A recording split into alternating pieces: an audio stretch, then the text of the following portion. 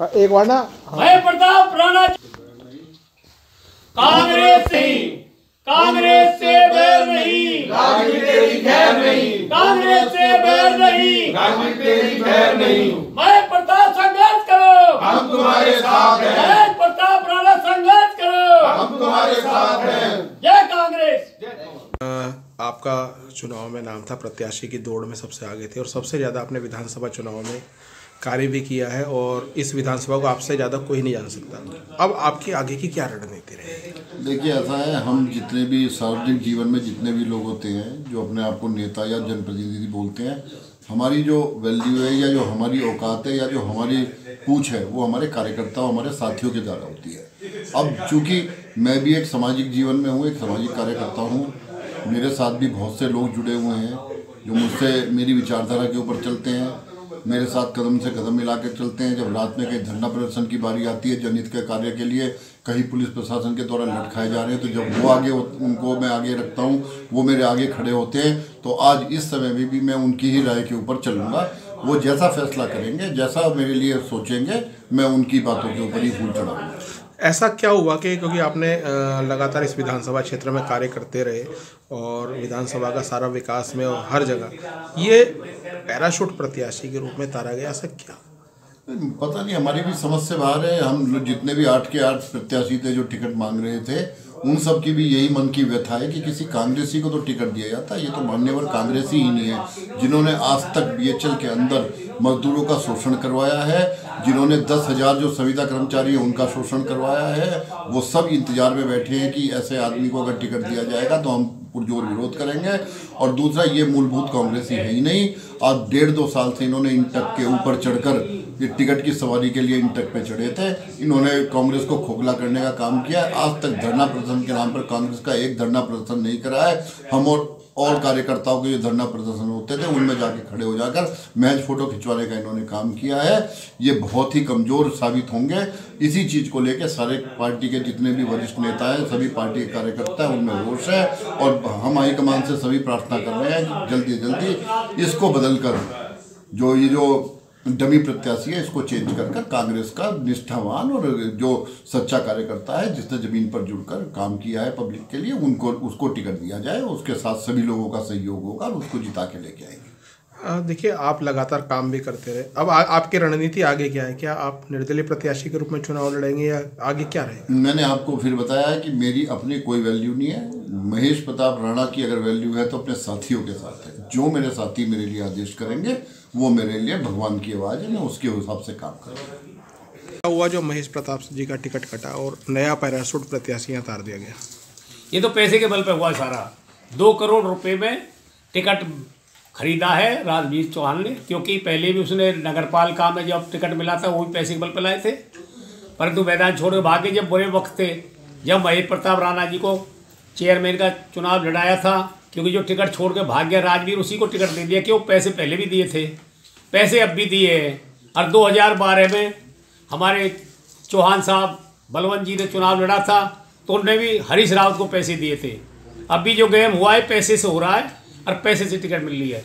जितने भी यहाँ फिर भारी कांग्रेस के लगाने की किसी की नहीं चली और ना काम कर कार्यकर्ता की पूछ हुई, कि जो आदमी 10-15 साल से कांग्रेस के लिए काम कर रहा है, आज यहाँ खड़े हम जहाँ आप पूछ रहे हैं, ये कार्यालय महेश प्रताप राणा ने ये स्पेशल कार्यालय दे रखा कांग्रेस के लिए।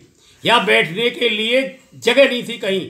हम झंडा फहरा 15 अगस्त 26 जनवरी का रोड पर फैलाते थे और उस आदमी के साथ में इन्होंने अन्याय किया, क्योंकि पैसे के बल पर हरीश रावत ने टिकट बांटे और उनके साथ में घोर अन्याय किया। जितने भी हम यहाँ साथी आए हुए हैं, 150-200 जितने भी है, हम महेश राणा को निर्दलीय चुनाव लड़ाएंगे और कंधे से कंधा मिला के शिवाजी नगर, सुभाष नगर, आपका नवोदय, पूरा कंधे से कंधा मिला के महेश प्रताप राणा को चुनाव लड़ाएगा। हम पीछे नहीं हटेंगे। क्यों कि जो भी इनकी इज्जत करता है या दब के रहता है उसे बेवकूफ़ समझते हैं, क्योंकि कांटे की टक्कर है। महेश प्रताप राणा जी पूरी टक्कर देंगे। या कांग्रेस है बीजेपी को, ये तो कुछ भी कैंडिडेट नहीं है, ये तो पैसे के बल पे आया है। आदेश चौहान जो बीजेपी का 10 साल से चल रहा है उसको टक्कर देगा महेश प्रताप राणा। तो हम सारे मिलकर यहाँ से महेश प्रताप राणा को निर्दलीय चुनाव लड़ा रहे हैं। कांग्रेस की हाई कमान कमेटी है, उन्होंने हमारे विधानसभा क्षेत्र में जो प्रत्याशी उतारा है उसका जो बहुत गलत प्रत्याशी उतारा है।